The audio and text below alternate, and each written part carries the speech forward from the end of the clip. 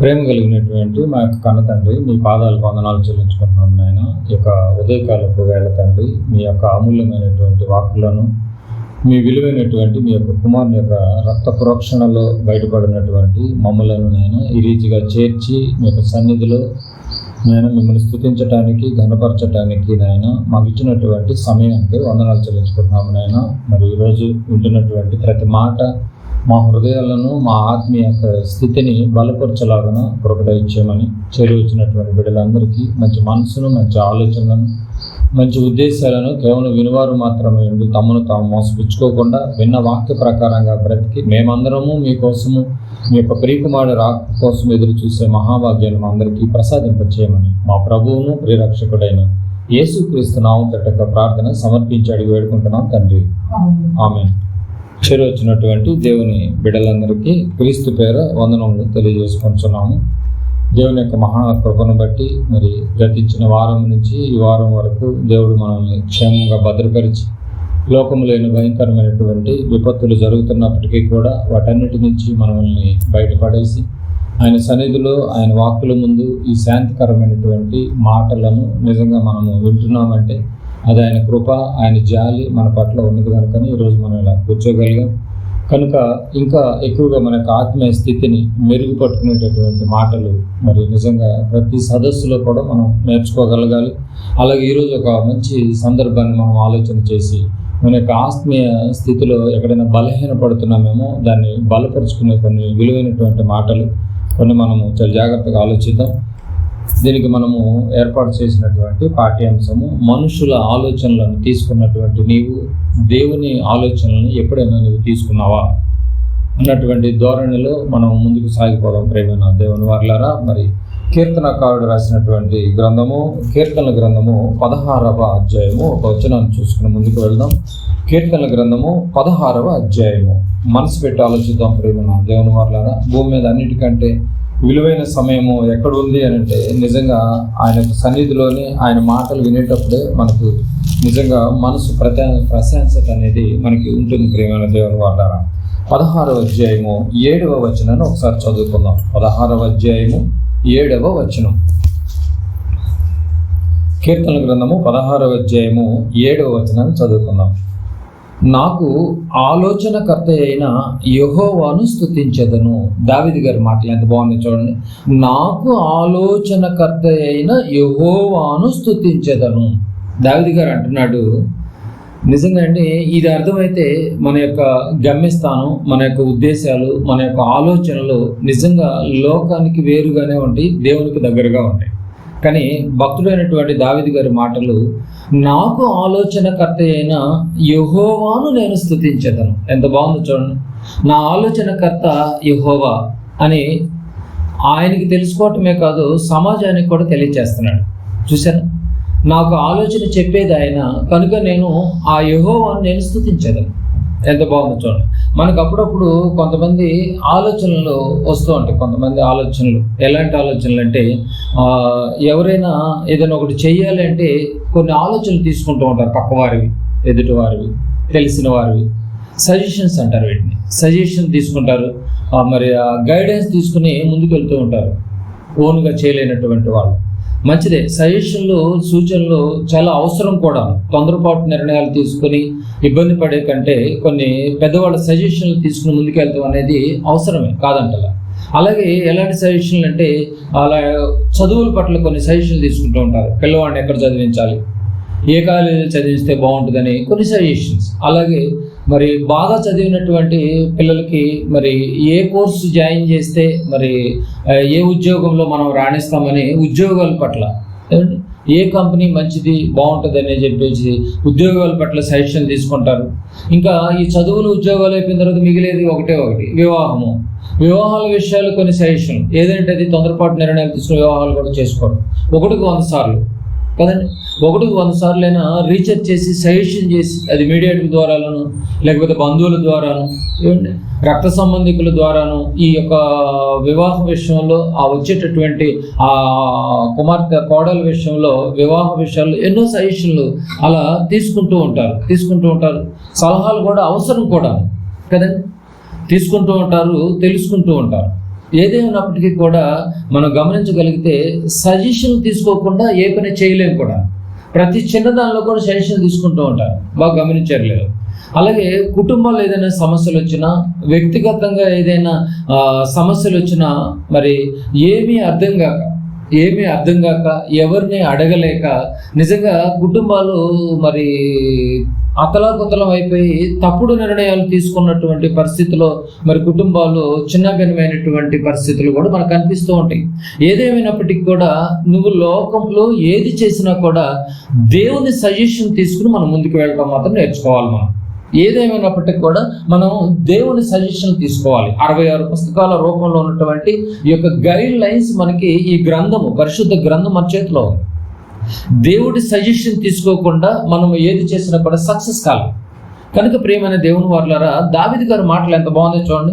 నాకు ఆలోచనకర్త అయిన నా సజెషన్ ఇచ్చేటటువంటి యెహోవాను స్తుతించెదను. ఎంత బాగుంది చూడండి.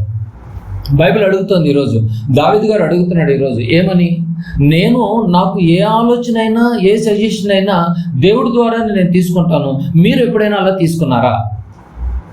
అలా మీరు తీసుకుని ఆ సజెషన్ ఇచ్చినటువంటి దేవుణ్ణి స్తుతించడం ఎప్పుడైనా చేశారా? ఎంత బాగుందో చూడండి. చేశారని అడుగుతున్నాడండి, నిజంగా అడుగుతున్నాడు. ఏమంటున్నాడో తెలుసా అండి? రాత్రి గడియలలో నా అంతరింద్రియము నాకు బోధించుచున్నది. సజెషన్ తీసుకోవటమే కాదు, ఆ తీసుకున్న తర్వాత నేను ఆ రాత్రి నిద్రపోవటానికి వెళ్ళిపోతాను కదా, ఆ గడియలు నిద్ర గడియలు కదా. నిద్రపోవటానికి వెళ్ళిన తర్వాత ఏ సజెషన్స్ అయితే తీసుకున్నానో ఆ సజెషన్లు మళ్ళీ వేకునే లేచేటప్పటికి మళ్ళీ బోధిస్తాయంట.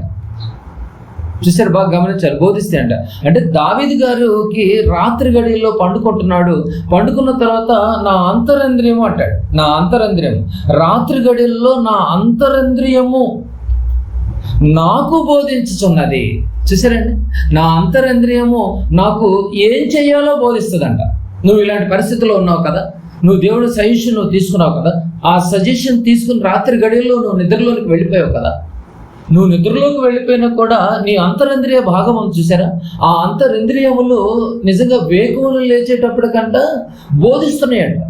నువ్వు ఇది చెయ్యి. భక్తుడైనటువంటి దావీదు గారికి దేవుని యొక్క ఆలోచన విధానం ఎలా ఉందో చూసారండి, ఎంత విధానం ఎలా ఉందో చూసారండి.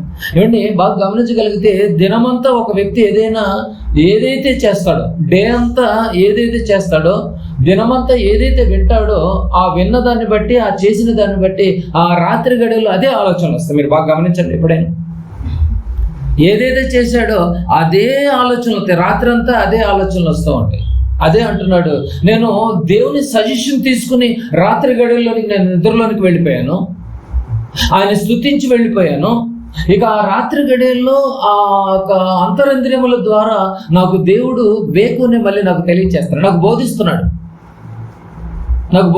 అంటున్నాడు. చూడండి, కనుక మనము డే అంతా ఏదైతే చేస్తామో అదే నీకు బోధిస్తుంది. దావీదు గారు ఎంత బిజీ షెడ్యూల్లో ఉన్నా కూడా దేవుణ్ణి స్తుతించడం మర్చిపోలేదు, దేవుని యొక్క సజెషన్ తీసుకోవటం మర్చిపోలేదు. దేవుని సజెషన్ లేకపోతే నేనేం చేయలేను అంటున్నాడు. దేవుడే నాకు బోధించాలంటున్నాడు. చూసారా, ఆయన సజెషన్ ఎంత విలువైనగా భావిస్తున్నాడు. చూసారండి, దేవుని యొక్క సజెషన్ ఎంత అవసరమో గమనించండి. కనుక డే అంతా చాలా జాగ్రత్తగా ఉండండి. చూడండి, ఆ రాత్రి ఎంత మెలకుగా ఉంటామో చూసారండి. ఎప్పుడైనా వేకునే ట్రైన్కి వెళ్ళాలని చూస్తూ ఉంటాం. ఎర్లీ మార్నింగ్ అలారం పెడుతూ ఉంటాం. మనం బాగా గమనించలేదు. అలారం పెట్టేది 5 o'clock అనుకో, మనం ఆల్రెడీ 4కే లేచేసి అలారం బంద్ చేసేస్తాం. కానీ అందరూ లేచిన తర్వాత ఏం చెప్తాం? నేను అలారం కన్నా ముందే లేచానంట. ఎలా లేవగలిగాం? ఎప్పుడు లేటుగా లేచేటటువంటి నీవు, ఎప్పుడు ఆలస్యంగా లేచేటటువంటి నీవు అలారం కంటే ముందు ఎలా లేచావంటే రాత్రి దానికి ఒక ఆలోచన కనెక్ట్ చేసి పడుకోబెట్టావు, నిద్రలోనికి జారుకున్నావు. అది రాత్రంతా నీకు బోధిస్తుంది. ఏమని? నువ్వు అలారం పెట్టుకున్నావు తెలుసా, ఎర్లీగా లెగవాలని నీకు తెలుసా, నువ్వు ఒక పని మీద నువ్వు వెళ్ళాలని చెప్పేసి నువ్వు ప్లాన్ చేసుకున్నావు తెలుసా నీకు అని అంతరింద్రియాలు బోధిస్తున్నాయంట. అందుకే టక్కులు లేచాడు. మెదడు నుంచి చక్కగా అలా వైబ్రేషన్స్ వెళ్ళిపోతున్నాయి.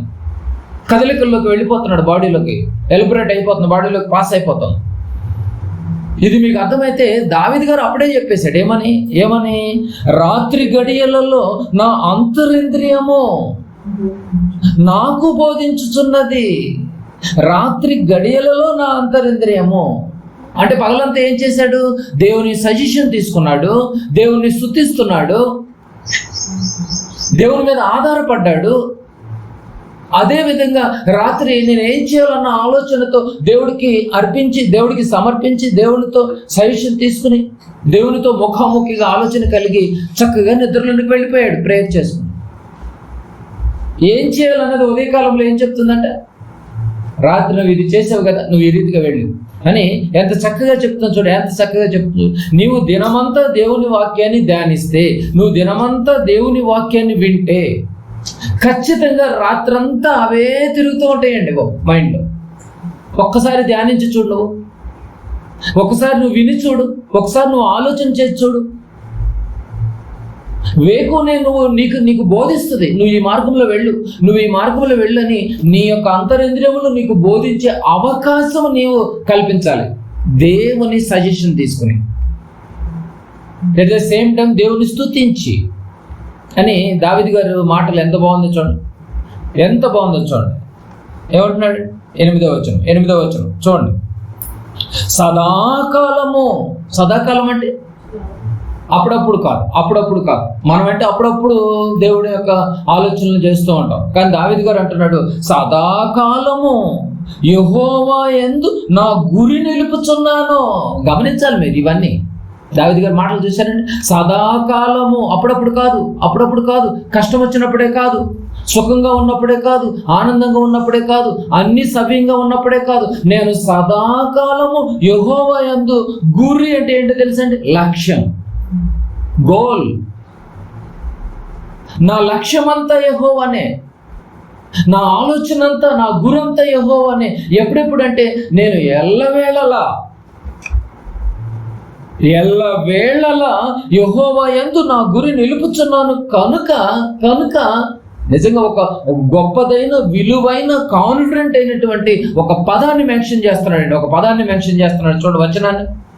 ఆయన నా కుడి పార్శ్వమందు ఉన్నాడు కనుక నేను కదల్చబడను. ఏంటండి ఈ ధైర్యం ఎక్కడి నుంచి వచ్చింది దావీదు గారికి? ఆయన నా కుడి పార్శ్వం మీద కూర్చున్నాడు కనుక నేను అసలు కదల్చబడను. ఆయన కుడి పార్శ్వం కూర్చున్నాడు. ఆయన కూర్చునేటట్టుగా నేనేం చేశాను తెలుసా? సదాకాలము ఇదే దేవుని యందు ఒక లక్ష్యం నిలుపుకున్నాను కదా, పడిపోయేవాడిని కాదు. ఏదో తెలుసో తెలియక వెచ్చబ విషయంలో నేను పడిపోయా. ఒక్కసారి నేను ఎల్లవేళలా పడిపోయేవాడిని కాదు, నాకు తెలిసిపోయింది. ఒక్కసారి పడిపోతే ఏం జరుగుద్దో అని నాకు తెలిసిపోయింది. కనుక సదాకాలము నేను దేవుని యందు లక్ష్యం పెట్టుకొని నిలుపుచున్నాను. చూడండి, నేనైతే సదాకాలం నిలుపుచున్నాను. మరి ఈ మాటలు వింటున్నటువంటి మీరు నిలుపుచున్నారా? దావీదు గారు అడుగుతున్నాడు. దేవుని సజెషన్ తీసుకున్నటువంటి దావీదు గారు అడుగుతున్నాడు, మీరు జాగ్రత్త, సదాకాలం ఉండాలి. అప్పుడప్పుడు కాదు, సదాకాలం ఉండాలి. అప్పుడప్పుడు కాదు ఆయన సజెషన్ తీసుకునేది. ఎల్లవేళలా నువ్వు సజెషన్ తీసుకోవాలి, ఎల్లవేళలా నువ్వు లక్ష్యం కలిగి ఉండాలి, ఎల్లవేళలా నువ్వు నిలిచే ఉండాలి. అప్పుడే ఆయన నీ కుడి పార్శ్వమున కూర్చుండి ఉంటాడు అని అనటానికి గుర్తుగా, సాక్ష్యంగా బలమైనటువంటి భక్తుడు మన ముందున్నాడు దావీదు గారు. ఆ మాటలో నిజంగా ఎంత వండర్ఫుల్ వర్డ్స్ అండి బాబు. ఆయన నా కుడి పార్శ్వమున ఉన్నాడు కనుక నేను కదల్చబడని. నా ఒక్క వచనం చూస్తానంటే కాదు, పై వచనంలో ఏం చేస్తున్నాడు ఆయన, ఎంత గొప్పగా ఉన్నాడు. 7, 8 మళ్ళీ చూడండి. నాకు ఆలోచనకర్త అయిన యెహోవాను స్తుతించెదను. రాత్రి గడియల్లో నేను ఏదైతే ఆలోచన చేశానో, ఎవరినైతే స్తుతించానో, ఆ స్తుతించి నేను రాత్రి గడియల్లో నిద్రలోనికి వెళ్ళిపోయాను. నా అంతర్జ్ఞములు నాకు బోధించుచున్నవి, నాకు ప్రొటెక్షన్గా ఉన్నాయి, నాకు సజెషన్స్ ఇస్తున్నాయి. సదాకాలము యెహోవా యందు నా గురి నిలుపుచున్నాను కనుకనే ఆయన నా కుడి పార్శ్వమందు ఉన్నాడు గనుక నన్ను ఎవరు పడగొట్టలేరు, నన్ను ఎవరు టచ్ చేయలేరు. నేను ఎప్పుడు కదల్చబడును అంటే భక్తి జీవితంలో నేను స్థిరంగా ఉంటాను అని, భక్తి జీవితంలో నేను స్టాండర్డ్గా ఉంటానని, భక్తి జీవితంలో నేను స్థిరమైన మనసు కలిగి ఉంటానని, అస్థిరమైన వాడిని కానని. ఇలా నేను స్థిరంగా ఉండటానికి, ఇలా నేను కదల్చబడకుండా ఉండటానికి కారణం ఎవరో తెలుసా? దేవుని సజెషన్ నేను తీసుకున్నాను కనుక, దేవుని గైడ్ లైన్స్ నేను తీసుకుని బ్రతుకుతున్నాను కనుక, దేవుని ఆలోచనలు తీసుకుని బ్రతుకుతున్నాను కనుక నా ఆలోచన కర్త దేవుడు. మరి నీ ఆలోచన కర్త? బాగా గమనించాలి. ఇప్పటి వరకు నువ్వు మనుషుల ఆలోచన తీసుకున్నావేమో, ఒక్కసారి దేవుడి ఆలోచనలు నువ్వు తీసుకుని బ్రతుకు. మనసు పెట్టి ఆలోచించండి, మనసు పెట్టి ఆలోచించండి. భక్తుడైనటువంటి దావీదు గారు మన ముందున్నాడు. నేను ఈరోజు ఈ స్థితిగా ఉంటానికి కారణము ఆయన నా కుడిపార్శ్వమున ఉన్నాడు కనుక. ఎందుకున్నాడు అంటే మీకు ముందే చెప్పాను, నేను కదల్చబడకుండా ఈరోజు నేను నిలబడటానికి కారణము నా దేవుడు, దేవుని ఆలోచన, దేవుడి సజెషన్. మరి కదల్చబడుకోకుండా ఎన్ని శ్రమలు వచ్చినా కూడా అలా నిలబడ్డా? దేవుడు కుడిపార్శ్వమున ఉన్నాడంటారా? ఆ ధైర్యం కలిగినటువంటి మాట నెరవేరిందంటారా? ఆలోచించాలి. మనం ఒక సందర్భాన్ని మనం చూద్దాం, ఒక సందర్భాన్ని మనం బైబిల్లోనికి వెళ్ళి చూద్దాం. అర్థమైంది కదండి? మాటలు చెప్తే కాదు, వర్కులో కూడా కనిపించాలి కదండి, క్రియల్లో కూడా కనిపించాలి కదండి. సదాకాలము నేను స్తుతిస్తున్నాను కనుక ఆయన నా కుడిపార్శ్వమున ఉన్నాడంటారా? దావీదు గారు కదల్చబడకుండా అంత ధైర్యంతో ఉన్నాడంటారా? ఒక్కసారి నిజంగా ఈ సందర్భాన్ని మనము పరిశీలిద్దాం. ప్రేమైన దేవుని వారలారా, బాగా గమనించాలి. దేవుని స్తుతిస్తే, దేవుని సజెషన్ తీసుకుంటే నిజంగా మనం సదాకాలము దేవుల్లోనే నిలిచి ఉండాలి. సమూయేలు మొదటి గ్రంథము మనసు పెట్టి ఆలోచిద్దాం. ఈ వచనాన్ని మీరు మైండ్లో పెట్టుకోవాలి. ఏమండి? ఈ వచనాన్ని ఆయన నా కుడిపార్శ్వమున్నాడు కనుక నేను కదల్చబడిన అన్నాడు. ఎలా అనగలిగాడు? ఇది నెరవేరుతుందా? అసలు నెరవేరిందా దావీదు గారి యొక్క జీవితంలో అని మనం ఆలోచన చేస్తే నిజంగా అండి, మీరు మనుషుల ఆలోచన ఇప్పటివరకు మీరు తీసుకుని ఉండొచ్చేమో, ఇక్కడి నుంచి అయినా ఈ మాటలు విన్న తర్వాత ఈ రోజు నుంచి అయినా దేవుని సజెషన్ తీసుకోండి. ఏ విషయమైనా కూడా దేవుడి సజెషన్ తీసుకుని మీరు ముందుకు వెళ్ళాలి. చూద్దాం. సమూయేలు మొదటి గ్రంథము 30వ అధ్యాయం. సమూయేలు మొదటి గ్రంథము 30వ అధ్యాయము. సర్వాన్ని కోల్పోయినటువంటి దావీదు గారి యొక్క జీవితం ఎలా ఉందో ఒకసారి చూద్దాం. సర్వాన్ని కోల్పోయాడు, అప్పటికే దావీదు గారిని కూడా చంపే పరిస్థితులు వచ్చేసినాయి. ఏం జరిగిందో ఒకసారి చూద్దాం. జాగ్రత్తగా నేను చదువుతున్నాను. ఒకటి నుంచి దావీదును అతని జనులను మూడవ దినమందు సిక్లగునకు వచ్చింది. అంతలో అమాలేకులు దండెత్తి, ఎవరు వచ్చారంట? అమాలేకులు దండెత్తి దక్షిణ దేశం మీదను సిక్లకు మీదను పడి కొట్టి దానిని తగలబెట్టి గనులేమి అల్పులేమి అందులో ఉన్న ఆడువారందరినీ చెరపట్టుకొని చంపక వారిని తీసుకుని వెళ్ళిపోయి ఉండిరి. మొత్తాన్ని అమాలేకులు వచ్చేసారు, దండెత్తి వచ్చేసారు. మొత్తాన్ని సిక్లకులో ఉన్నటువంటి వారందరినీ తీసుకుని తగలబెట్టి, అక్కడ ఉన్నటువంటి వాటి అన్నిటిని తగలబెట్టి గనులేమి అలుపులేమి అందులో ఉన్నటువంటి ఆడువారందరూ చెర పట్టుకుని తీసుకుని వెళ్ళిపోయారు అమాలేకులు. రైట్. నెక్స్ట్ దావీదును 3వ వచనం. దావీదును అతని జనులను పట్టణమునకు వచ్చి అది కాల్చబడి ఉండుటయు. అప్పుడు వచ్చేసారు, ఇప్పుడు దావీదు జనులు వచ్చారు, ఇప్పుడు అక్కడికి వచ్చేసారు. పట్టణమును కాల్చబడి ఉండటం చూసి తమ భార్యలను కుమారులను కుమార్తెలను చెరలోనికి కొనిపోబడుట ఉండటం చూసి దావీదు గారి ఫ్యామిలీని కూడా తీసుకుని వెళ్ళిపోయారు. ఎవరెవరిని తీసుకెళ్లారు? కుమారులను తీసుకువెళ్ళిపోయారు. కుమారులను తీసుకెళ్ళిపోయారు, కుమార్తెలు తీసుకువెళ్ళిపోయారు, భార్యలను తీసుకుని వెళ్ళిపోయారు. బాగా గమనించాలి. ఒక వ్యక్తి జీవితంలో భార్యను కోల్పోయాడు, భార్యను తీసుకువెళ్ళిపోయారు, బిడ్డలను తీసుకువెళ్ళిపోయారు, కుమార్తెలను తీసుకుని వెళ్ళిపోయారు. అక్కడ ఉన్నటువంటి ప్రాంతాన్ని మొత్తాన్ని తగలబెట్టారు. వాళ్ళ యొక్క దావీదు గారి ఫ్యామిలీనే కాదు, అక్కడ ఉన్నటువంటి ప్రాంతంలో ఉన్నటువంటి మొత్తాన్ని తీసుకుని వెళ్ళిపోయారు. పరిస్థితులు ఎలా ఉన్నాయి మీరు బాగా గమనించాలి. ఇది మైండ్లో పెట్టుకోవాలి మీరు బాగా.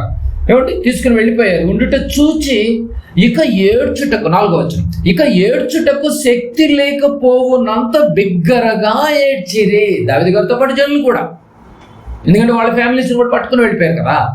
చూసారా, ఎంత వేడితో ఉన్నాడు, ఎంత బాధలో ఉన్నాడు, ఎంత దుఃఖంలో ఉన్నాడు, ఎంత ప్రాబ్లంలో ఉన్నాడు మీరు బాగా గమనించాలి. కొన్ని పరిస్థితుల వల్ల ఆయా ప్రాంతాలలో తలదాచుకుంటూ వెళ్ళిపోయినటువంటి దావీదు గారు ఇగో ఈ ప్రాంతానికి వచ్చేసరికి భయంకరమైనటువంటి సిచ్యువేషన్ జరుగుతుంది. ఫ్యామిలీ మొత్తాన్ని కొల్లగొట్టుకుని తీసుకుని వెళ్ళిపోయారు.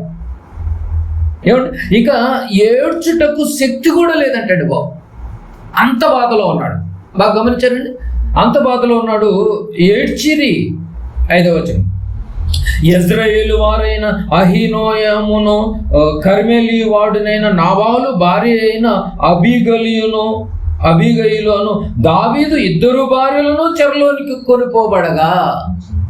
చూసారండి, దావీదు గారు 2 భార్యలను కూడా తీసుకుని వెళ్ళిపోయారు. చూచి ఎంత బాగుందో చూడాలి. ఇలాంటి పరిస్థితుల మధ్య ఏమంటే సర్వాన్ని కోల్పోయినటువంటి ఈ యొక్క దావీదు గారి పరిస్థితి మీరు బాగా గమనించాలి. 6వ వచనం, చూచి దావీదు మిక్కిలి దుఃఖపడను, ఏడవలేని శక్తి లేకున్నాడు. పై వచనాల్లో కుటుంబం దూరం అయిపోయింది, కుటుంబాన్ని తీసుకుని వెళ్ళిపోయారు. ఏమండి, మరియు తమ కుమార్తెలను బట్టి జనులకందరికి ప్రాణము విసికినందున రాళ్ళు రువ్వి దావీదును చంపుదము రండని వారు చెప్పుకొనగా. పై ఏం చేస్తున్నారు అక్కడ ఉన్న వాళ్ళు? అసలు ఇంత జరగటానికి కారణము ఈ ప్రాంతం ఉన్నటువంటి వీళ్ళందరినీ, మన బిడ్డలు, మన భార్యల్ని, ఏమిటి మన సిరి సంపదలు మొత్తాన్ని కొల్లగొట్టుకుని తీసుకువెళ్ళిపోవటానికి కారణం ఈ దావీదే.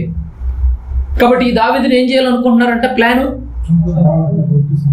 రాళ్లతో కొట్టి చంపేద్దాం అనుకుంటున్నారంట.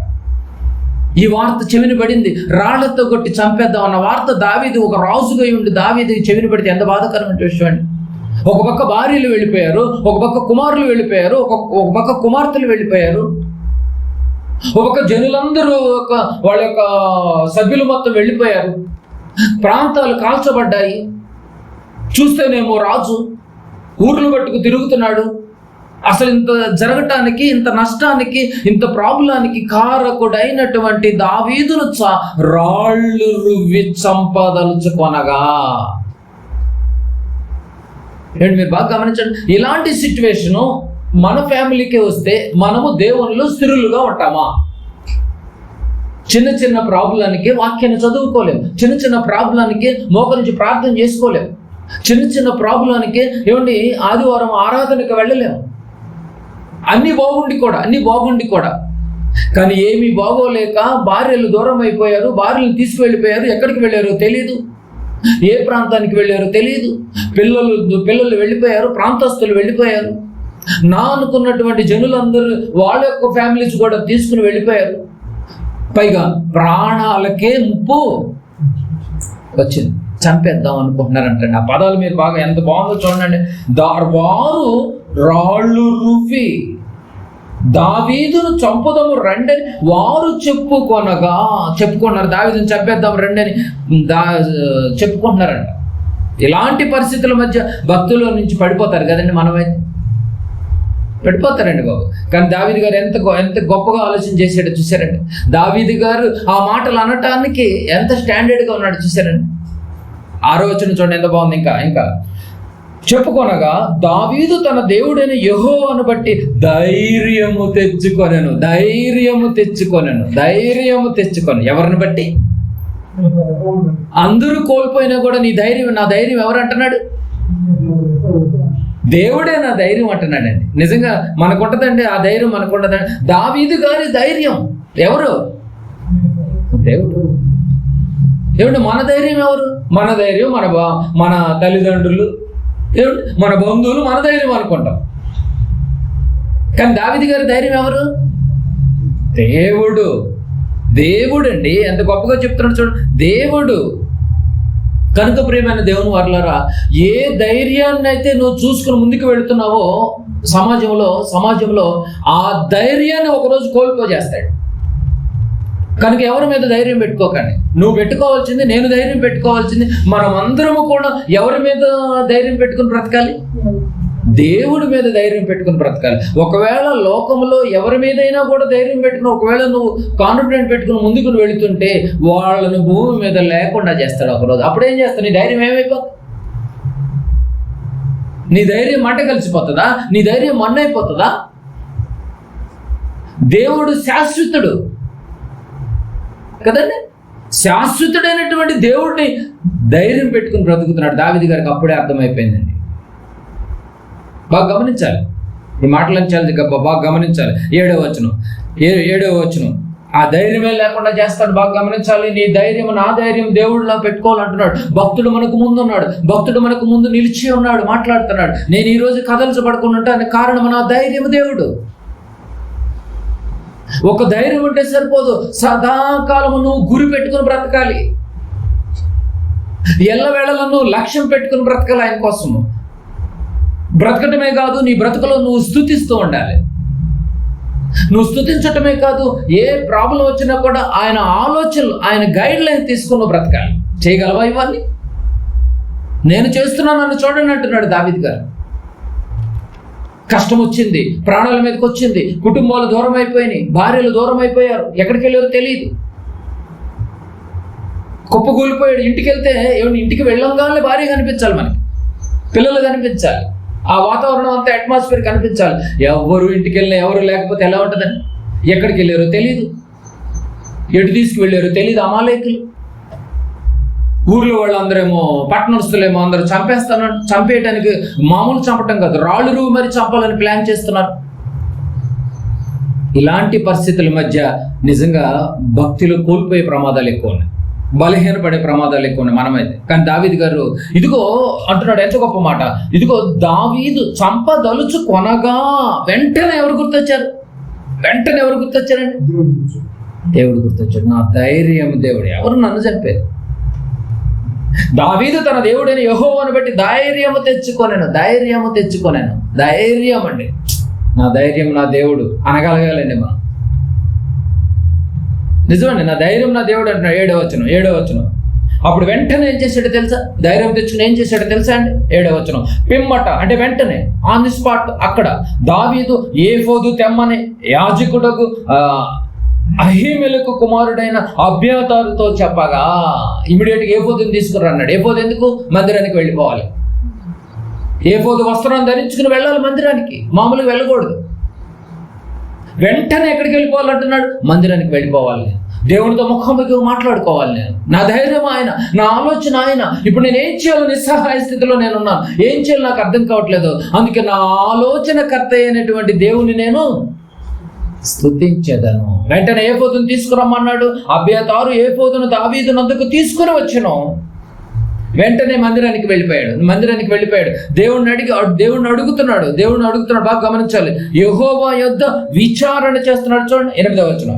వెళ్ళి ఏం చేస్తున్నాడు చూడండి. మందిరానికి వెళ్ళిపోయి ఏఫోదును ధరించుకుని ఎవరు గుర్తురాలేదు, బంధువులు గుర్తురాల, రక్త సంబంధికులు గుర్తురాల. మనకు అప్పుడప్పుడు కొన్ని విషయాల్లో కొంతమంది మనోళ్ళు అనుకుంటామండి, అసలు వాళ్ళు కూడా గుర్తురాలేదు. వాళ్ళ ఉపయోగం ఏమి లేదు. ఇది నిజాలండి బాబు, ఇవన్నీ నిజాలు. మీరు బాగా గమనించాలి ప్రియమైన దేవుని వారలారా. 8వ వచనం. నేను ఈ దండును తరిమిన ఎడల, మందిరానికి వెళ్ళి మోకరించి ఏఫోదును ధరించుకుని ప్రార్థన చేసుకున్నటువంటి ఏ పరిస్థితుల్లో మందిరానికి వెళ్ళండి మీకు అర్థమవుతుందండి. ఇప్పుడు వెనక పరిస్థితి ఏం బాగోలేదు, ప్రాణాలు కూడా రాళ్ళు వెంటాడు చంపుదాం అనుకుంటున్నారు. అలాంటి పరిస్థితుల్లో మనము ఎక్కడుంటామో కూడా అడ్రస్ లేనిగా ఉంటాం. అలాంటి టైంలో కూడా దేవుడు మాత్రం వదులుతలేదు. నిజంగా మీరు బాగా గమనించండి, చిన్న సమస్యలకే మనం దేవుడిని మర్చిపోతూ ఉంటాం, దేవుళ్ళు గడపాలన్న ఆలోచనకు దూరం అయిపోతూ ఉంటాం. కానీ ఈ వచనాలు చూడండి. నేను ఈ దండును తరిమిన ఎడల దాన్ని కలుసుకొందునా? దేవుడిని అడుగుతున్నాడండి, నేను కలుసుకుంటానా ప్రభువా? ఈ దండు ఎటెళ్ళారు నాకేం అర్థం కావట్లేదు, నేను కలుసుకొనగా అని యెహోవా యొద్ద దావీదు విచారణ చేయగా. ఎంత బాగుందో చూడండి. దావీదు ఏం చేశాడంటే యెహోవా యొద్ద విచారణ చేయగా మందిరానికి వెళ్ళిపోయాడండి. విచారణ చేయగా, ఆవేశంతో ఎలాంటి నిర్ణయాలు తీసుకోకూడదండి ఈ విషయాలు బట్టి కదండి. ఆలోచన దేవుడై ఉండాలి. దేవుని దగ్గర నుంచి రావాలి. విచారణ చేయగా 8వ వచనం. యెహోవా అంటున్నాడు, ఏమండి సజెషన్ వచ్చేసింది, సలహా వచ్చేసింది. ఏమంటున్నాడు? యెహోవా అంటున్నాడు, తరుము. ఏంటండి ఆ మాటలు చూడండి. నా భక్తుడైనటువంటి దావీదు,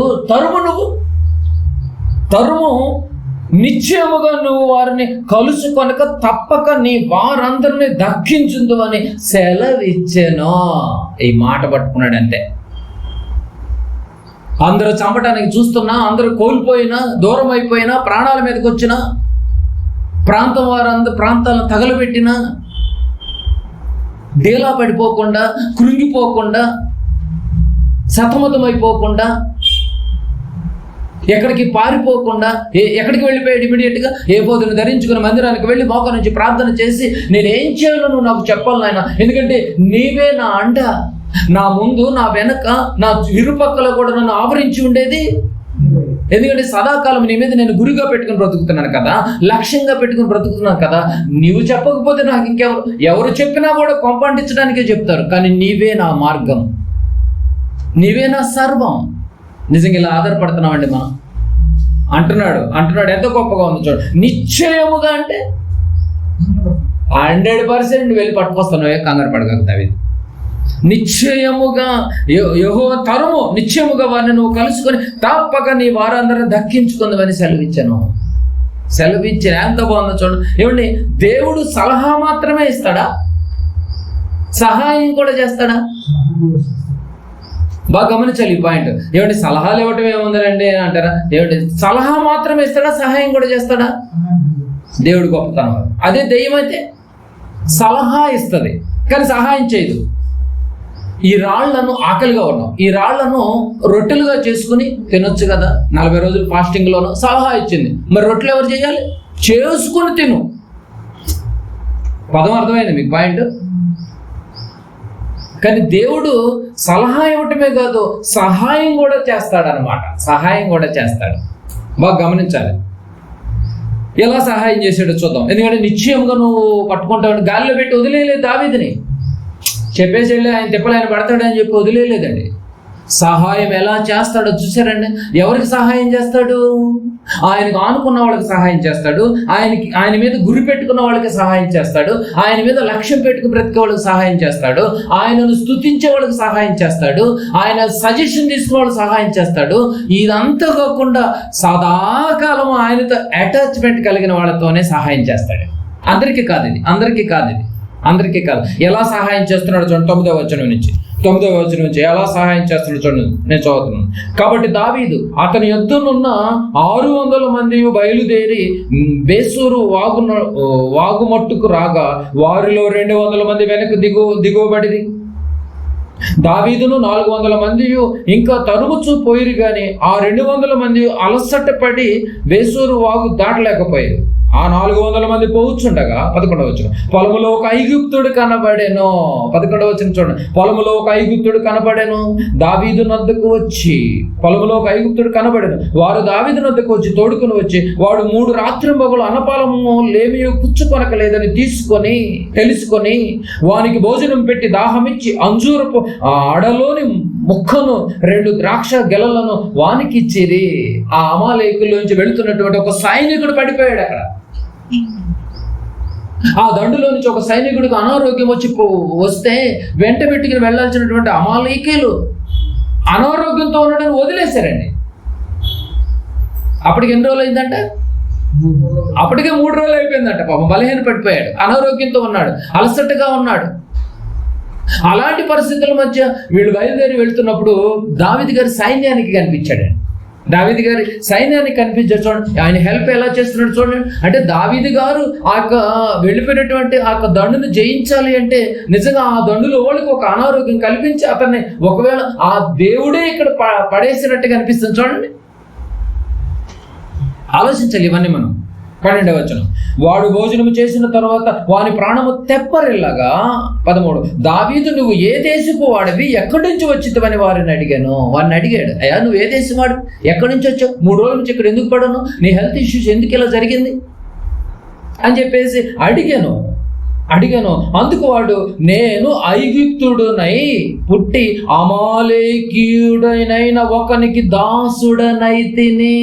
చూసారండి, అమాలేకీలో ఒక దాసుడనైతిని. ఇతను 3 దినముల కిందట నేను కాయిలా పడగా నా యజమానుడు నన్ను విడిచిపెట్టిపోయాను. 3 దినాలు అయిపోయిందయ్యా. మా యజమానుడు వదిలేసి వెళ్ళిపోయాడు చూసారండి అని చెప్పగా 14 వచనం, మేము దండెత్తి కెరేతీయుల దక్షిణ దేశమునకు యూదా దేశమునకు కాలేబు దక్షిణ దేశమునకు వచ్చి వాటిని దోచుకొని సిగ్లకును కాల్చివేతుమని చెప్పాను. మేమందరం దోచుకోవటానికి వచ్చాము, సిగ్లకును కాల్చడానికి వచ్చాము, దండెత్తటానికి వచ్చాము అని చెప్పి చక్కగా జరిగిందంత చెప్తున్నాడు. మేము వచ్చిందే అందుకని. 15వ వచనం, ఆ దండును కలుసుకొనుటకై నీవు నాకు తోవ చూపుదువా అని దావీదు వానిని అడుగగా, మరి ఆ దండును కలుసుకోవడానికి నువ్వు తోవ చూపుతావా అని అడిగాడు. అప్పటికి 3 రోజులకు వైద్యం చేశాడు, మంచి ఫ్రూట్స్ పెట్టాడు, మంచి చక్కగా శక్తి వచ్చేసింది అతనికి, ఆ యొక్క దాసునికి అని దావీదును అడుగగా, దావీదు వానిని అడుగగా వాడు నేను నిన్ను చంపననియు నీ యజమానుని వశము చేయననియు దేవుణ్ణి బట్టి నీవు నాకు ప్రమాణము చేసిన ఎడల ఆ దండును కలుసుకొనుటకు నీకు దోవ చూపుదునెను. నువ్వు చంపకుండానండి. ఎందుకంటే అసలు దావీదును చంపటానికి వచ్చినటువంటి వాళ్ళలో ఇతను ఒకడు. నిన్నే చంపడానికి నేను వచ్చానని నీకు నిజం చెప్పానంటే నువ్వు ఊరుకుంటావా? నువ్వు నన్ను చంపేస్తావు. ఇప్పుడు నువ్వు నన్ను చంపనని నాకు మాట ఇవ్వు, వాళ్ళు ఎక్కడికి వెళ్ళారో నేను తీసుకెళ్తా, వాళ్ళు ఏ త్రోవలేదో నాకు తెలుసు. నిజంగా చూసారంటే దేవుడు సజెషన్ ఇష్టమే కాదు, సలహా ఇష్టమే కాదు, సహాయం కూడా చేస్తున్నాడు. ఆయన పడిపోవటం ఏంటి, వీళ్ళకి దొరకటం ఏంటి, అప్పటికి 3 రోజులు అవ్వటం ఏంటి? ఏమంటే 3 రోజులు భార్యలు ఇంటి దగ్గర లేరు, బిడ్డలు ఇంటి దగ్గర లేరు, కుమార్తెలు ఇంటి దగ్గర లేరు, జనుల సిగ్గులకులో ఉన్నటువంటి వారందరినీ కాల్చబడి అక్కడ ఉన్నటువంటి వాళ్ళందరినీ తీసుకుని వెళ్ళిపోయారు. 3 రోజులు 3 పగళ్ళు 3 రాత్రులు పరిస్థితులు ఎలా ఉంటాయండి? పైగా ప్రాణభయంతో ఉన్నాడు. దేవుడే ధైర్యం తప్ప ఇంకెవరు ధైర్యం లేదు. చూడండి, ఏ క్లిష్ట పరిస్థితి వచ్చినా ఏమంటే నిజంగా అంటే దేవుడి మీద ఆధారపడండి. ఎగ్జాంపుల్గా దావీదు గారే నంబర్ 1 అండి. ఏమంటే వాళ్ళ దండులోనికి ఒకడు అనారోగ్యం వచ్చి పడిపోవటం ఏంటి, అమాలీకులు వెళ్ళిపోవటం ఏంటి, అతను బాగు చేసి జరిగిందంత చెప్పటం ఏంటి? ఏమంటే దేవుడు ట్విస్ట్ చూశారండి ఎలా ఉందో. ఆయన తలుచుకుంటే ఏదైనా చేస్తాడండి. ఆయన తలుచుకోవాలి అంటే ఆయన మదిలోకి నువ్వు వెళ్ళాలి, ఎప్పుడు వెళుతూ ఉండాలి, ఆయన స్మరిస్తూ ఉండాలి, ఆయన స్తుతిస్తూ ఉండాలి, ఆయన్ని గురిగా పెట్టుకుని ఉండాలి. లోకంలో నువ్వు లోకానుసారమైన బ్రతుకులు బతుకుతూ దీంట్లో నువ్వు బిజీగా ఉండకూడదు. ఎంత బిజీలో ఉన్నా కూడా నువ్వేం చేయాలి? దేవుడిని నువ్వు స్మరిస్తూ ఉండాలి. దాని బెనిఫిట్ ఇప్పుడు తెలియదు మీకు, ఆ పదాలు మీకు అర్థం కాలేదు. ఆయన నా కుడి పార్శ్వమున ఉన్నాడు కనుక నన్ను రాళ్ళతో కొట్టి చంపేది, నా ఫ్యామిలీని ఎత్తుకుపోయేది ఎక్కడికి తీసుకెళ్తారు? ఆ ధైర్యం చూశారండి. యెహోవా నా ధైర్యం అని ఎంత గొప్పగా చెప్తున్నాడు. సహాయం కూడా చేస్తాడండి బాబు, సహాయం కూడా చేస్తాడు. బాగా గమనించాలి. కింద చదువుకుందాం. తర్వాత వాడు 16వ వచనం, వారు దగ్గరకు దావీదును నడిపింపగా ఫిలిస్తీన్ల దేశములో నుండి యోధా దేశముల నుండి తాము దోచి తెచ్చుకొనిన సొమ్ముతో తొలదూగుచు వారు ఆ ప్రదేశం అంతటా చెదిరి అన్నపానములు పుచ్చుకొనొచ్చు ఆటపాటలు సలుపుచుండిరి. ఎక్కడ పట్టుకున్నారు వెళ్ళి? బాగా గమనించారండి. ఎక్కడెక్కడ ఉన్నారంట? ఆటలు పాటలు పాడుతున్నారంట, తూగుతున్నారంట, తెచ్చుకున్నవన్నీ తినేసి ఎంజాయ్ చేస్తున్నారంట. ఇదంతా గమనించారు. 17వ వచనం, దావీదు సంగతిని గ్రహించాడు, మొత్తాన్ని గ్రహించాడు. దావీదు సంగతిని గ్రహించి సంధ్యవేళ మొదలుకొని, సంధ్యవేళ అంటే ఈవినింగ్ టైం, పొద్దుగేళ మొదలుకొని మరునాటి సాయంత్రం వరకు వారిని హతము చేయుచుండగా, హోరాహోరీకి జరుగుతుంది చూడండి. ఈ రోజు సాయంకాలం మొదలుకొని రేపు సాయంకాలం వరకు ఒంటే వారందరినీ హతము చేయుచుండగా ఒంటెల మీద ఎక్కి పారిపోయిన 400 మంది యవనులు తప్పించుకొని వాడు ఒకడును. వాడు యవనులు కాబట్టి ఒంట్లోకి చాలా మంది, ఒక 400 మంది తప్పించుకుని పోయారంటే అందరిని వేసేసాడంట. ఏమో మీరు బాగా గమనించాలి, ఈ మాటలో మీరు బాగా గమనించాలి. 400 మంది యవనులు తప్పించుకునేవాడు ఒకడును లేకపోయాను. 18వ వచనం, ఈలాగున దావీదు అమాలేకీయులు దోచుకొని పోయిన దాని అంతటిని తిరిగి తెచ్చుకొనెను. ఏమైతే దోచుకుని వెళ్ళిపోయారో ఆ దోచుకున్న దాన్ని మొత్తాన్ని తిరిగి తెచ్చుకున్నాడు. అంతటిని తిరిగి తెచ్చుకొనెను. మరియు అతడు తన 2 భార్యలను రక్షించెను. చూసారండి, 2 భార్యలను రక్షించను. 19వ వచనం, కుమారులనేమి కుమార్తెలనేమి దోపుడు సొమ్మేమి వారు ఎత్తుకొని పోయిన దానంతటిలో కొద్దిదేమి గొప్పదేమి ఏదియు తప్పక ఏమంటే తక్కువ కాకుండా దావీదు సమస్తమును రక్షించెను. నిజంగా దేవుడు ఎంత గొప్పవాడు చూడండి. అందరిని చంపేశాడు, అన్ని తెచ్చేసుకున్నాడు. అందరిని చంపేశాడు, అన్ని తెచ్చేసుకున్నాడు. ఎంత గొప్పగా ఉందో చూడండి. ఎలాంటి సిచ్యువేషన్లో రక్షించుకున్నాడు చూసారని. ఆ రోజు ధైర్యాన్ని కోల్పోయి ఉంటే, ఆ రోజు ఏమండి భక్తిలో ఏమండి దిగజారు స్వభావం కలిగి ఉండుంటే, అస్థిరమైనటువంటి మనసు ఉండుంటే, దావీదు గారిని ఈరోజు ఇలా చదువుకునేవాళ్ళం అంటారా? భక్తుడైనటువంటి దావీదు గారు ఏ స్థితిలో నుండి ఏ స్థితిలోనికి మార్చేసుకున్నాడు చూసారండి. అందుకని నేను అంత గొప్ప మాటలు మాట్లాడుతున్నానండి. 16వ అధ్యాయం ఇప్పుడు చూడండి, 16వ అధ్యాయం 7-8 వచనాలు చూడండి. రక్షించుకున్నాడు, ఎంత గొప్పగా రక్షించుకోగలిగాడు చూడండి.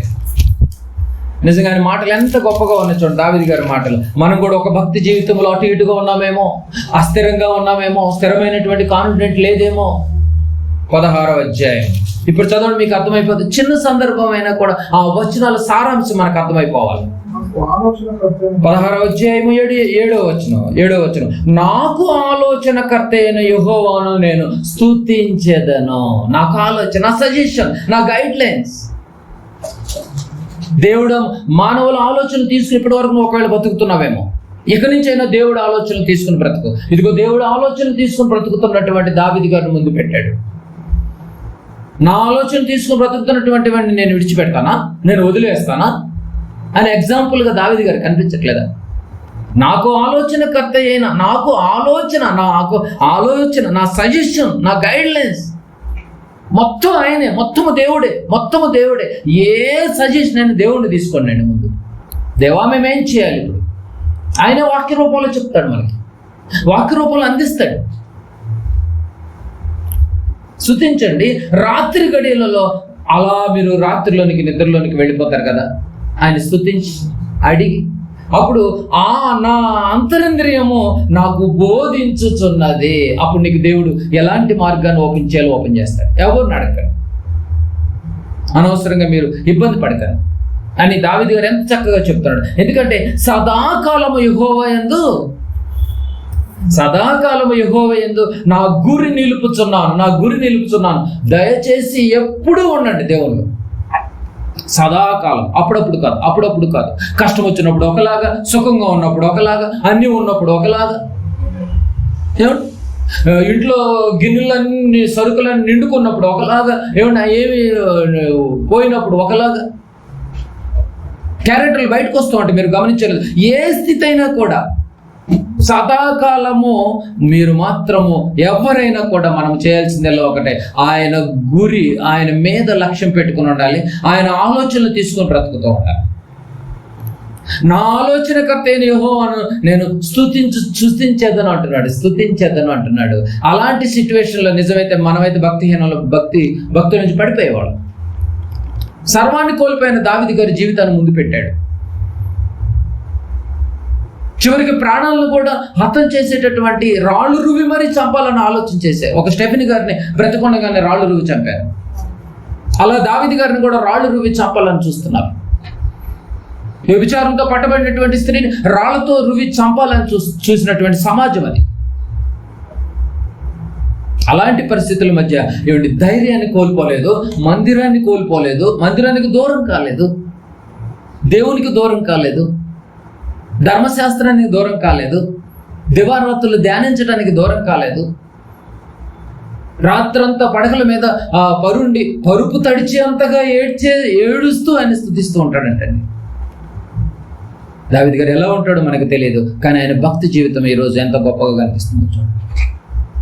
సదాకాలము నేను ఆయనతో సదాకాలం యెహోవా యందు నా గురి నిలుపుచున్నాను. అలాంటి సిచ్యువేషన్లో కూడా గురి పెట్టుకున్నాడండి, గురిని జారిపోయాడా? గురి పెట్టుకునే బతికాడు. గురుకు నిలుపుచున్నాను కనుక ఆయన నా కుడిపార్శ్వమందు ఉన్నాడు కనుక నేను కదల్చబడను.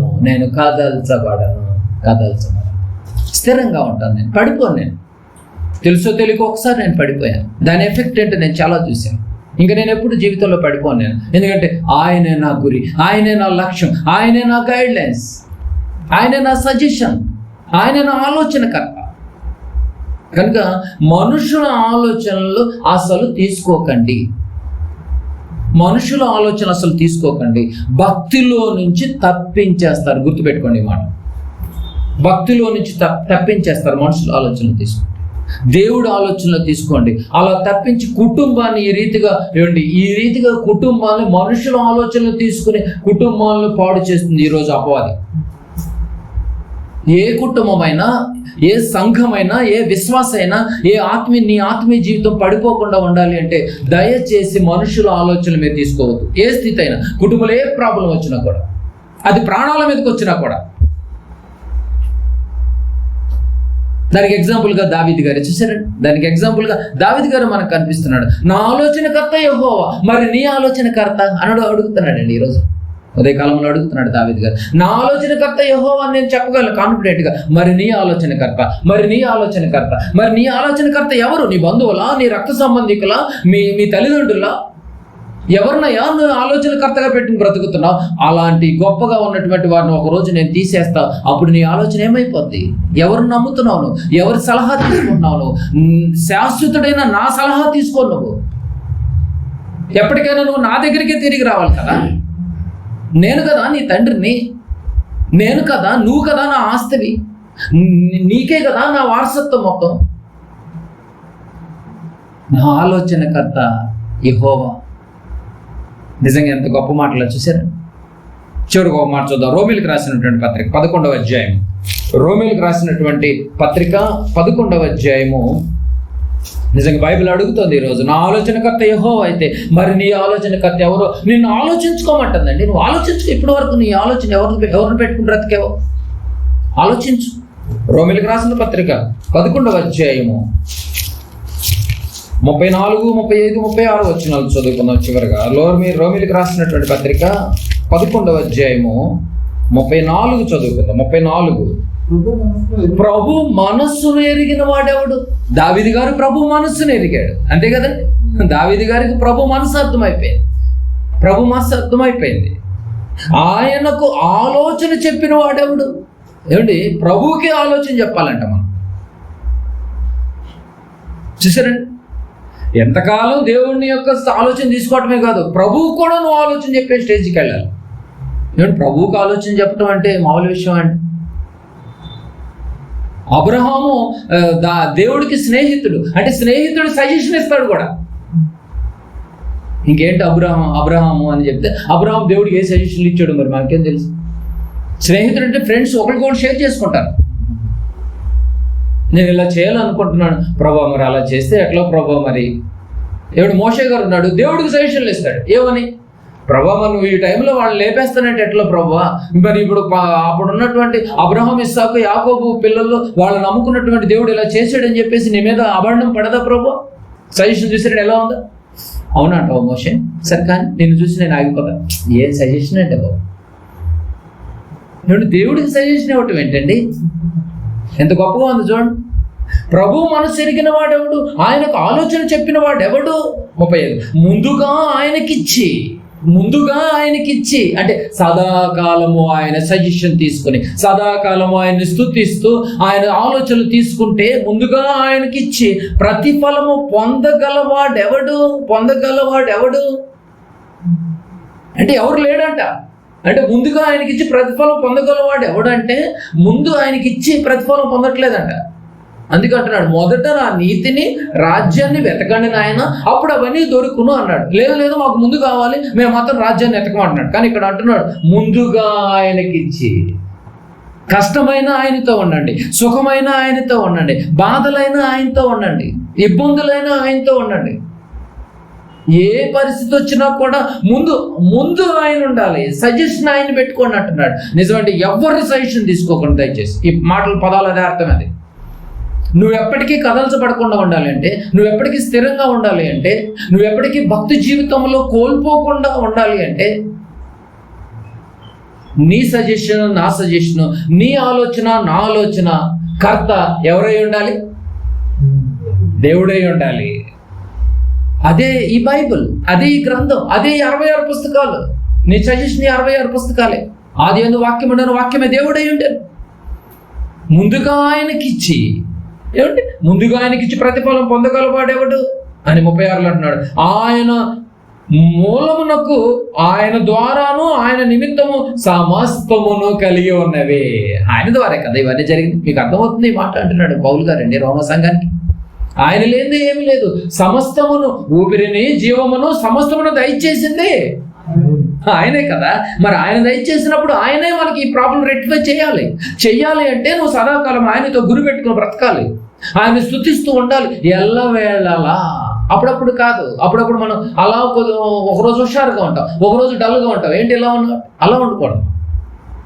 సదాకాలం సమస్తమును కలిగి ఉన్నవి కదా. యుగముల వరకు ఆయనకు మహిమ కలుగును గాక. ఆమేన్. ఎంత గొప్ప మాటలండి. యుగములు ఆయనకు మహిమ రావాలి నీ వల్ల. ఆయన మహిమా స్వరూపుడు. ఆయన మహిమా స్వరూపుడైనటువంటి కుమారుడు రూపంలో ఈ లోకానికి వచ్చాడు ప్రభులు వారు. ప్రభు మనసు ఎరిగిన వాడు, ముందుగా ఆయనకిచ్చి ప్రతిఫలం పొందగలవాడేవాడు. ఆయన మూలంగా సమస్తము కలిగి ఉన్నది. యుగముల వరకు ఆయనకు మహిమ కలుగును గాక. అలాంటి మహిమా పుత్రుడైనటువంటి నిజంగా క్రీస్తు యేసు ఈ లోకానికి వచ్చి నీ కోసం, నా కోసం, మనందరి కోసం త్యాగగనుడుగా మారిపోయి రక్తాన్ని చిందించి అమూల్యమైనటువంటి ఆయనకు రక్తాన్ని ద్వారా ప్రపంచ మానవాళికి మోక్షము కలిగినటువంటి విషయాన్ని నువ్వు మర్చిపోయేవేమో. నువ్వు నీళ్ళలో తిరిగేటప్పుడు తొలి దినాలలో బాప్తిసం తీసుకునేటప్పుడు ప్రభువా నేను నీకోసం బ్రతుకుతాను నువ్వు మాటిచ్చి, ప్రభు సజెషన్ తీసుకుని బ్రతుకుతాను నువ్వు మాటిచ్చి మళ్ళా లోకపు సజెషన్ తీసుకుంటున్నావేమో. అయితే నువ్వు కదల్చబడుకోకుండా నువ్వు అస్థిరంగానే ఉండిపోతావు. ఆయన సజెషన్లో ఉన్నావా, నువ్వు స్థిరంగా ఉంటావు. ఆయన ఆలోచనలుగా ఉన్నావా, నువ్వు సదాకాలము ఆయనతోనే నెమ్మది కలిగి ఉంటావు. ఆఫ్టర్ డెత్ కూడా. కనుక ప్రియమైన దేవుని వారలారా బాగా ఆలోచించాలి. ఇప్పటి వరకు నువ్వు ఒకవేళ మనుషుల ఆలోచన తీసుకుని ఒకవేళ నువ్వు బ్రతికేవేమో, భక్తిలో నుంచి పడిపోయే ప్రమాదాలు ఉన్నాయి. అదే మనుషుల చేత నువ్వు చంపబడే పరిస్థితి ఉన్నాయి. శత్రువులు కూడా మూకుమ్మడిగా నేను చుట్టే పరిస్థితులు ఏర్పడుతున్నాయి. నీ కుటుంబం కూడా చిన్నాభిన్నమైపోయే ప్రమాదాలు ఎక్కువగా ఉన్నాయి. వీటన్నిటి నుంచి నువ్వు తప్పించుకోవాలి అంటే, వీటన్నిటి నుంచి నీకు మోక్షం కలగాలి అంటే, ఇలాంటి బంధకాల్లో నుంచి నువ్వు వెలుపలకు రావాలి అంటే నేను చేయాల్సిన పని ఒకటే. నేను సదాకాలము ఆయనతో నీవు స్తుతిస్తూనే ఉండాలి. ఆయన ఆలోచనలే తీసుకుంటూ ఉండాలి. ప్రతి ఒక్కరికి ఇలాంటి మాటలు షేర్ చేయి. ఇవే ధైర్యం పుట్టించేటటువంటి మాటలు, ఇవే ఆత్మలు రక్షించేటటువంటి మాటలు, ఇవే ప్రాణాలను దక్కించుకునేటటువంటి మాటలు. తల్లిదండ్రులు ఎల్లకాలం ఉండరు, కుటుంబాలు ఎల్లకాలం ఉండరు, పిల్లలు ఎల్లకాలం ఉండరు, ఒకరికొకరు ఎవరు ఎల్లకాలం ఉండరు. శాశ్వతుడైనటువంటి దేవుడే ఎల్లకాలం ఉండేది. శాశ్వతమైనటువంటి వాక్యమే ఎల్లకాలం ఉండేది. ఇలాంటి వాక్యాన్ని కనెక్ట్ చేయండి. ఇలాంటి విలువైనటువంటి వాక్యాన్ని గుండెల్లో, హృదయంలో చూచుకునేటట్టుగా మీరు ప్రయత్నం చేయండి. ఇలాంటి మాటలను చేతపట్టుకుని, జీవవాక్యాన్ని చేతపట్టుకుని జ్యోతుల వల్ల మనందరం ఎలుగుతూ అనేక మందికి ఇలాంటి సజెషన్ ఇచ్చేటటువంటి, నిన్ను నిలబెట్టేటటువంటి, ప్రాణాలను రక్షించేటటువంటి యెహోవా యందు నమ్మిక ఉంచమంటున్నాడు. ఆయన ప్రియకుమారుని ఈ కాలంలో మనం నమ్ముకుని ఉండాలి. నమ్మినటువంటి నీవు పడిపోకుండా ఉండాలి అంటే నీ గురి జాగ్రత్త, నీ లక్ష్యం జాగ్రత్త. మనుషుల ఆలోచనలు తీసుకోవద్దు దయచేసి. ఆయన మనుషుల ఆలోచన తీసుకోవద్దు అంటున్నాడు. ఎంత గొప్ప మాట ఉందో చూశారండి. నాకు ఆలోచనకర్త అయిన యెహోవాని నేను స్తుతిస్తానయ్యా. మీరు ఆలోచన. ఒక యెహోషువ అంటున్నాడు, నేను నా ఇంటి వారును యెహోవాని స్తుతిస్తాను. ఒక దావీదు అంటున్నాడు, నేను నా కుటుంబాన్ని ఈ రీతిగా నేను ఉన్నాను, నా రాజ్యం క్షేమంగా ఉండడానికి కారణము నేను యెహోవాని స్తుతించదను, యెహోవా ధర్మశాస్త్రాన్ని నేను స్తుతించదను, దివారాత్రులు స్తుతించదను, సదాకాలము స్తుతించదను కదండి. నేను కదల్చబడుకోకుండా నేను ఉంటాను. కనుక బాగా ఆలోచించేయండి. 2000 సంవత్సరాల క్రితం యేసు ప్రభులు వారి లోకానికి వచ్చి 3.5 సంవత్సరాలు అహోరాత్రులు కష్టపడి, దినం అనక, డే అనక, నైట్ అనక, వర్షం అనక, ఎండ అనక ఈ భూగడ్డ మీద తిరిగి శరీరధారి అయిన దినములలో మహావేదన రోదన చెందాడే. ఈ చెందటానికి ఇంత శక్తిని ఇలా శక్తిని నింపుకోవటానికి కారణము ఎవరు సజెషన్ తీసుకున్నాడో తెలుసా? పరలోకపు తండ్రి సజెషన్ తీసుకున్నాడు. నేను నా తండ్రి చెప్పినట్టే నేను నడుస్తాను కదా, తీసుకున్నాడు కనుకనే తండ్రి నీవేళ నా చెయ్యి విడనాడితివంటే కంప్లీట్గా దేవుని సజెషన్తోనే బ్రతికాడు. కనుకనే మరణాన్ని జయించాడు, కనుకనే విజయాన్ని పొందుకున్నాడు, కనుకనే తిరిగి 3వ దినాన ఆ కుమారుణ్ణి తిరిగి లేపాడు తండ్రి. నిన్ను నన్ను కూడా తిరిగి లేపాలి అంటే, ఈ యొక్క భూప్రపంచం అంతమైపోయిన తర్వాత మళ్ళీ ఈ మనల్ని తిరిగి భూగడ్డలో నుంచి పైకి తీసుకుని వెళ్ళాలి అంటే, పరలోకపు తండ్రి దగ్గరికి చేర్చాలి అంటే ఇప్పటి నుంచైనా కూడా మన కన్ను మూసేంత వరకు కూడా నీ ఆలోచనకర్త, మన ఆలోచన అందరి కర్త ఇదిగో దేవుడై ఉండాలి, యేసు ప్రభు అయి ఉండాలి, పరిశుద్ధాత్మ అయి ఉండాలి. మంచి నిర్ణయం తీసుకోండి.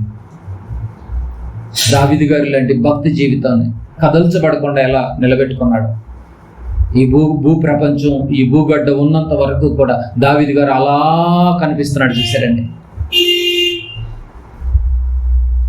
శ్రమలు వస్తూ ఉంటాయి, కష్టాలు వస్తూ ఉంటాయి. అది కుటుంబంలో కావచ్చు, ఆర్థిక పరంగా కావచ్చు, ప్రాణాల మీద కూడా వచ్చే పరిస్థితి వచ్చింది. ఇక నేను బ్రతకోకుండా చనిపోవటమే బెటర్ అనే పరిస్థితి కూడా వస్తుంది.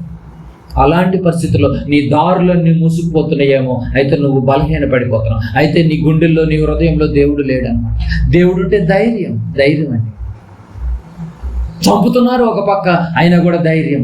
ప్రభులు వారిని కొరడాలతో కొడుతున్నారు, అయినా ధైర్యంగా ఉన్నాడు. ఆ ధైర్యపు మాటలే, తండ్రి వీరేమి చేస్తున్నారు, వీరికి తెలియదు, వీరిని క్షమించాడు. ఆ ధైర్యంలో క్షమాగుణం వచ్చింది. చూసారండి, ఎదుటి వారిని క్షమించే గుణం వచ్చింది. అదే నువ్వు ఆ క్షమించే గుణము నీకు రాలేకపోతున్నావంటే ఆ పగ పెట్టుకుని నువ్వు బ్రతుకుతున్నావు. పగతో ఉన్నవాడు వెళ్ళేది నరకానికే. ఇంకా నువ్వు పగ పెట్టుకున్నా ఉన్నావంటే దేవుడు అనేటటువంటి ఒక ధైర్యాన్ని నువ్వు గుండెల్లో పెట్టుకోలేదు. కనుక ఏ విషయంలో కూడా నువ్వు భయపడకండి, ధైర్యంగా ఉండు. ఆ ధైర్యమే వాక్యం కదా. నీ వాక్యమే నన్ను నడిపిస్తుంది, నీ వాక్యమే నాకు ధైర్యం అని ఈ యొక్క వీరఖడ్గమైనటువంటి ఈ పరిశుద్ధ గ్రంథాన్ని చనిపోయేంత వరకు కూడా మీ గుండెల్లో పెట్టుకుని బ్రతకండి. దేంట్లో రాణించకపోయినా పర్లేదు, దేంట్లో సాధించకపోయినా పర్లేదు, కానీ నీ ఆత్మను మాత్రం, మనందరి ఆత్మను మాత్రం ఖచ్చితంగా రక్షించుకోవాలి అంటే ఒకటి మనకి మూలము. ఎప్పుడు ప్రభు స్మరణలో ఉండండి, ప్రభు వాక్యాన్ని వెంబడించండి, ప్రభు కోసం బ్రతకండి. ఆ ప్రభు రాబోతున్నాడు. ఎవరైతే సదాకాలం ఉంటారో, ఎవరైతే ఆయన్ని సజెషన్ తీసుకుని బ్రతుకుతున్నారో వాళ్ళకే రేపు పరలోకం, వాళ్ళనే రేపు దేవదూతల సమక్షంలో అందరినీ పోగు చేసుకొని పరలోకానికి తీసుకెళ్తారు. ఆలోచించండి, మంచి నిర్ణయం తీసుకోండి. దేవుని చిత్తమైతే మరొక వారంలో కలుద్దాం. కళ్ళు మూసుకొని ప్రార్థన చేసుకుందాం. దయగలిగినటువంటి మా కన్న తండ్రి, మీ పాదాలకు వందనాలు చెల్లించుకుంటున్నాం తండ్రి. లోకంలో తండ్రి ఇప్పటి వరకు మేము మనుషుల ఆలోచనలు తీసుకొని బలహీన పడిపోయామేమో నాయన, భక్తి జీవితంలో నుంచి దూరం అయిపోయామేమో నాయన. తెలుసో తెలియక ఒకవేళ మనుషుల ఆలోచన తీసుకుంటే మీ యొక్క వాక్యం మాకు ఈరోజు ధైర్యాన్ని కల్పింపచేసింది.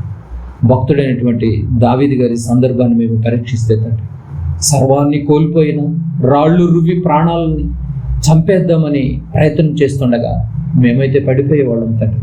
కానీ ధైర్యశాలి, వీరశాలి, చిన్న వయసు నుంచే నిజంగా తండ్రి మీకోసం గొప్పగా బ్రతికిన వాడు. దావీదు గారిని ఎంతగానో మీరు ఇష్టపడేటటువంటి వారు. ఆ యొక్క తరములో సేవ చేసినటువంటి దావీదు గారు అంత సేవ చేయగలిగాడు అంటే నాయన, నిజంగా నాయన మిమ్మల్ని గురుగా పెట్టుకుని బ్రతికాడతాను. ఈరోజు నుంచి మేము కూడా మా ఆత్మీయ జీవితంలో పడిపోకుండా నాయన, ఏ శ్రమ వచ్చినా, ఏ విపత్తు వచ్చినా కూడా, అది ఏ సమస్య వచ్చినా కూడా తండ్రి, మా ఆలోచన నాయన మీ పట్ల, మీ యొక్క కుమారుడి పట్ల, పరిశుద్ధాత్మ పట్ల మేము ఆశ కలిగి బ్రతికేటటువంటి మహాభాగ్యాన్ని అందరికీ ప్రసాదింపచేయండి. మహిమతో విన్నటువంటి వాక్యాన్ని మీరు జ్ఞాపకం చేసుకుంటారు.